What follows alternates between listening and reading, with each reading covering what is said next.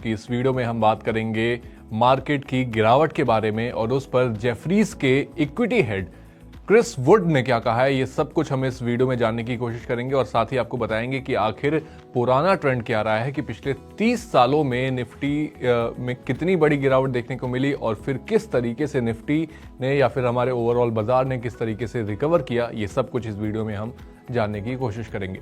तो देखिए, सबसे पहले शुरुआत करते हैं कि जो मार्केट है हमारी वो लगभग ऑन एवरेज 20% तक डाउन है, लेकिन हिस्ट्री कुछ और कहती है। हिस्ट्री कहती है कि इस समय पर आपको पैनिक नहीं करना चाहिए, क्योंकि पिछले 30 साल का अगर हम डेटा देखें तो पिछले 30 सालों में 8 बार निफ्टी, सेंसेक्स, निफ्टी 500 में बड़ी गिरावट आई, लेकिन हर बार जो रिकवरी थी वो गिरावट से काफ़ी तेज थी और काफ़ी ज़बरदस्त रिकवरी हमें इन तीनों ही इंडाइसेस के अंदर देखने को मिली।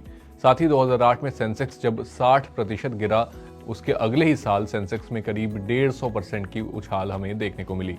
फिर हम बात करें अगर 2020 की, जहां पर कोविड के समय पर निफ्टी करीब 40% तक वहां पे हमें गिरावट देखने को मिली, लेकिन अगले ही साल भर के अंदर ही निफ्टी वहां से दोबारा डबल हो गया।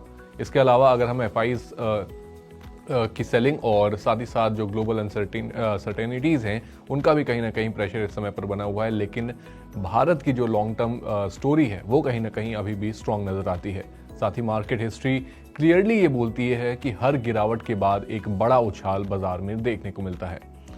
अब अगर बात करेंगे पिछले एक साल में मार्केट ने कैसा परफॉर्म किया है और साथ ही आने वाले एक साल किस तरीके से हो सकते हैं, जिस पर क्रिस वुड ने भी अपनी एक राय यहाँ पर शेयर की है। तो देखिए, अगले एक साल में जो बाजार है, जो मार्केट है हमारा, वो करीब 15% तक ऊपर जा सकता है, ऐसा जेफरीज के हेड क्रिस वुड का कहना है।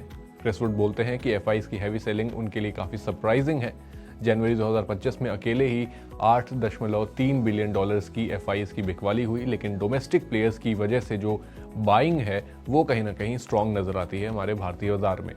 साथ ही क्रिस वुड का कहना है कि इंडिया की ग्रोथ स्टोरी इंटैक्ट है। इंफ्रा, बैंकिंग और कैपेक्स स्टॉक्स में सॉलिड अपसाइड पोटेंशियल उन्हें नजर आती है और साथ ही मिड कैप और स्मॉल कैप स्टॉक्स अभी भी अट्रैक्टिव वैल्यूएशन पर यहाँ पर अवेलेबल हैं। साथ ही क्रिस वुड का कहना है कि शॉर्ट टर्म वॉलेटिलिटी अभी बाजार में रहेगी, लेकिन लॉन्ग टर्म पिक्चर भारत के लिए काफ़ी ब्राइट नजर आती है।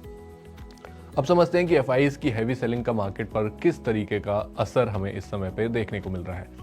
तो देखिए, सितंबर 2024 से अब तक करीब 25 बिलियन डॉलर्स की एफआईज की सेलिंग हो चुकी है। सिर्फ फरवरी महीने में ही करीब 4.1 बिलियन डॉलर्स का आउटफ्लो हमें भारतीय बाजार से देखने को मिला। डोमेस्टिक इन्वेस्टर्स ने इस गिरावट में करीब 83,000 करोड़ की हैवी बाइंग भी की है, यानी कि एक तरफ एफआईज की सेलिंग हो रही है और दूसरी तरफ जो हमारे डोमेस्टिक इन्वेस्टर्स हैं, जो हमारे म्यूचुअल फंड्स हैं, वो कहीं ना कहीं इस गिरावट में भी खरीदारी किए जा रहे हैं। और साथ ही ग्लोबल लिक्विडिटी क्रंच की वजह से भी इमर्जिंग मार्केट्स पर जो है प्रेशर बना हुआ है।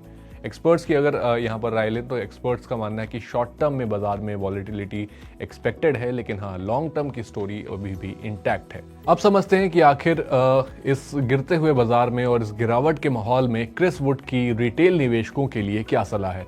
तो देखिए, क्रिस वुड का कहना है कि अभी आपके लिए मार्केट में एंट्री करने के लिए एक अच्छा टाइम आ चुका है। शॉर्ट टर्म में गिरावट पॉसिबल है, लेकिन लॉन्ग टर्म में इंडिया की ग्रोथ स्टोरी स्ट्रांग बनी हुई है।